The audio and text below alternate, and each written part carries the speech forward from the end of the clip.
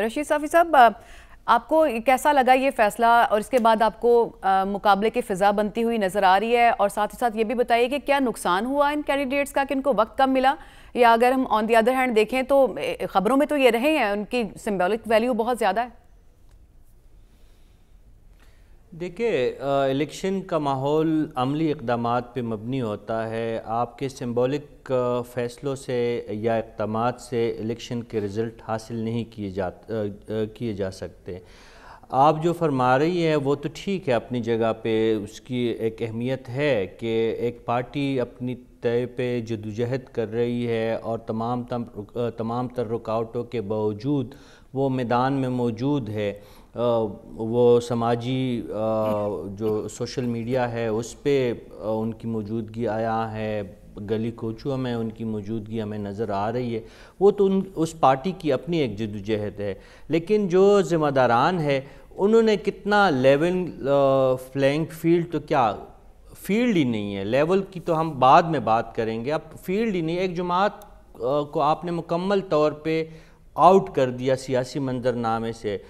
Supreme court کا جو فیصلہ آیا اس کے بعد اس پارٹی کا جو ہے انتخابات میں ان کا نام و نشان تک مٹا دیا گیا ہے. اب جو آزاد امیدوار ہے ان کو بھی آپ کھل کے کمپیننگ کرنے کی اجازت نہیں دے رہے. تو آپ کس طرح ایک مومنٹم پیدا کرنے کی جو آپ کی ایک خواہش ہے وہ پوری ہوگی؟ جو ایک جمہوری طرز عمل کا ایک تقاضا ہے وہ کس طرح پورا ہوگا جب وہ پارٹی نہیں ہے؟ آج سے 3 مہینے پہلے کی سروے اٹھا لیجئے گا، اس میں آپ کو ایک پارٹی سر فہرست نظر آئے گی. اس وقت وہ پارٹی سرے سے الیکشن کی دوڑ میں موجود ہی نہیں ہے. تو آپ جو سوال کر رہی ہے اس پس منظر پہ آپ غور فرما دیجئے گا. اس پارٹی کا اپنا اگر وجود انہوں نے برقرار رکھا ہے تو اس پارٹی کا خاصہ ہے. الیکشن کمیشن نے اس کے لیے کیا کیا ہے، ہماری عدالتی نظام نے ان کے لیے کیا کیا ہے، جو ہمارے ذمہ داران ہیں، جو الیکشن کروانے کے جو ذمہ دار لوگ ہیں انہوں نے کیا کیا ہے. ایک جو آزادانہ اور شفاف الیکشن کے لیے ضروری اقدامات ہیں، کم از کم اس میں 4-5% تو آپ موومنٹ کرتے نا. آج بھی دیکھیں نا، جو الیکشن پولنگ سکیم فائنل جو جاری ہوئی ہے، کوئی 92,363 پولنگ سٹیشن ملک بھر میں ہیں. آپ ووٹر کو پیغام کیا دے رہے ہیں؟ اس میں آپ نے 50-60% سے زائد پولنگ سٹیشن کو حساس قرار دیا ہے اور ووٹر کو ڈرا دیا ہے کہ اگر آپ پولنگ سٹیشن میں گئے تو وہاں پہ خدا نخواستہ کچھ ہو سکتا ہے. خیبر پختونخوا کے 15,000 سے زائد پولنگ سٹیشن میں 80% سے زائد کے پولنگ سٹیشن کو آپ نے حساس یا حساس ترین قرار دیا ہے.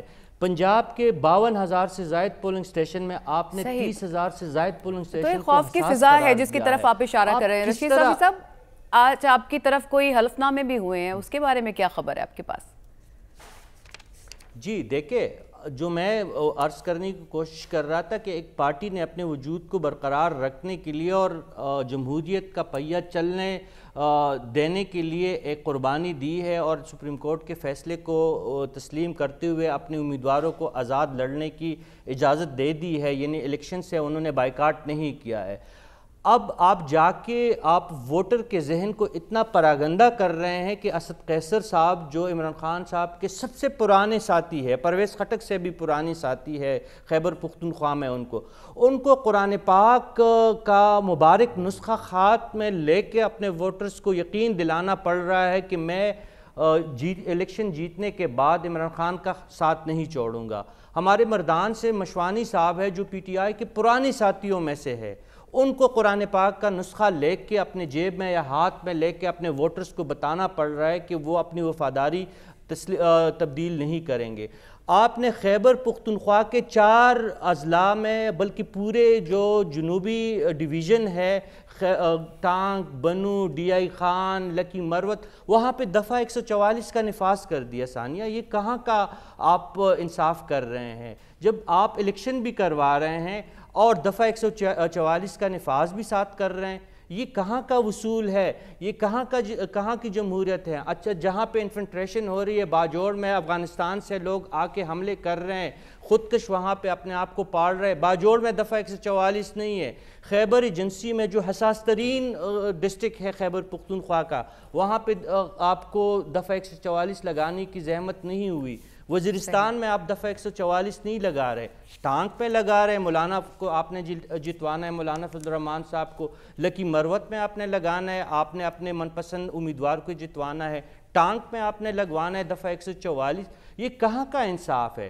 آپ ایک سائیڈ لوگوں کو کہہ رہے ہیں، الیکشن کمیشن ایک سائیڈ پہ لوگوں کو کہہ رہے ہیں، عدالت ایک سائیڈ پہ لوگوں کو کہہ رہے ہیں کہ آئین کے آرٹیکل 17 کے تحت آ کے اپنے حق رائے دہی کا استعمال کرے، دوسری طرف آپ دفعہ 144 لگا رہے. پتہ نہیں پنجاب کے کتنے اضلاع میں دفعہ 144 کا نفاذ ہو چکا ہے، پتہ نہیں کتنے اضلاع میں دفعہ 144 کا مزید نفاذ ہوگا. انتخابات کے ساتھ یہ بالکل ماننے والی نہیں ہے، کنفیوژن والی صورتحال ہے جو ساتھ ساتھ نہیں چل سکتی. پولیٹیکل ایکٹیویٹیز، انتخابی ایکٹیویٹیز اور یہ جو دفعہ 144 ہے یہ ساتھ ساتھ نہیں چل سکتی. یہ آپ کا پوائنٹ تھا رشید صافی صاحب. ابھی نوجوانوں کی ہم بات کر رہے ہیں، ایک سگنیفیکنٹ نمبر ہے جو نئے رجسٹر ہوئے ہیں، ویسے بھی اوورآل بہت بڑی تعداد ہے. تو نمبرز میں تو ہم دیکھ رہے ہیں کہ بڑھ رہے ہیں، لیکن آن گراؤنڈ کوئی تحریک نوجوانوں میں آپ کو نظر آ رہی ہے اپنے ارد گرد؟ دیکھیں، نوجوانوں میں جو مجھے تحریک نظر آ رہی ہے وہ سوشل میڈیا پلیٹ فارم کے ذریعے ان کی موجودگی زیادہ عیا اور واضح ہے. ابھی جو ڈاکٹر صاحب فرما رہے تھے، ڈاکٹر رسول بخش صاحب جو ہیں، وہ جو ارشاد فرما رہے تھے کہ 2018 میں جس طریقے سے لوگ نکلے اور پھر نتائج بدلے، وہ میری نظر میں ان کی رائے مقدم ہے اور معتبر بھی ہے، لیکن میری رائے میں وہ RTS کی بدولت وہ نتائج حاصل کیے گئے تھے، اور اس سے پہلے محکمہ زراعت کو بروئے کار لاتے ہوئے سازگار فضا بنانے کی کوشش کی گئی.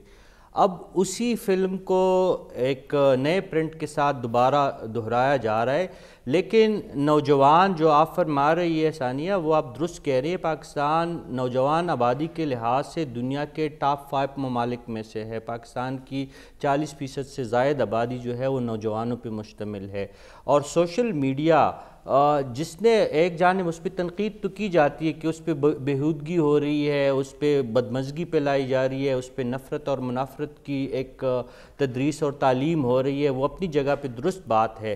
لیکن میری نظر میں 100 سال میں جمہوری نظام نے جو 1 مین اور 1 ووٹ کے نتیجے میں جتنی انسانی شعور اور انسانی عقل کے حوالے سے سفر کیا تھا، سوشل میڈیا نے وہی سفر 6-7 سال میں طے کر لیا ہے. تو سوشل میڈیا پہ موجود جو نوجوان ہیں ان کی طاقت کو آپ اگنور نہیں کر سکتے. اور مجھے تو یہ اب دیکھنا ہے کہ اتوار کے دن جو کال دی گئی ہے کہ کتنے لوگ سڑکوں پہ آتے ہیں، یہ ڈیفائننگ ایک دن ہوگا آنے والے انتخابات کے نتائج کے حوالے سے. اگر لوگ نقطہ کوکا سننے والوں میں سے آدھے تو کیا 25% جنہوں نے لائکس اور اس کو سبسکرائب کیا ہے اس گانے کو، اس پہ سے 25% بھی سٹریٹ پہ آئے، 20% بھی لوگ اگر سٹریٹ پہ آئے تو آپ کو نتائج مختلف ملیں گے. اگر وہ لوگ سٹریٹ پہ نہیں آئے اور صرف کی بورڈ پہ انہوں نے اکتفا کیا تو پھر انقلاب کا سفر ابھی جاری رہے گا. اور کی بورڈ وارئرز ہیں، ان کو سوشل میڈیا سے نکل کے انتخابی میدان میں جو کہ لگے گا 8 فروری کو، اس میں اپنے ووٹ کی صورت میں ٹرانسلیٹ اپنی حمایت کو کرنا ہے.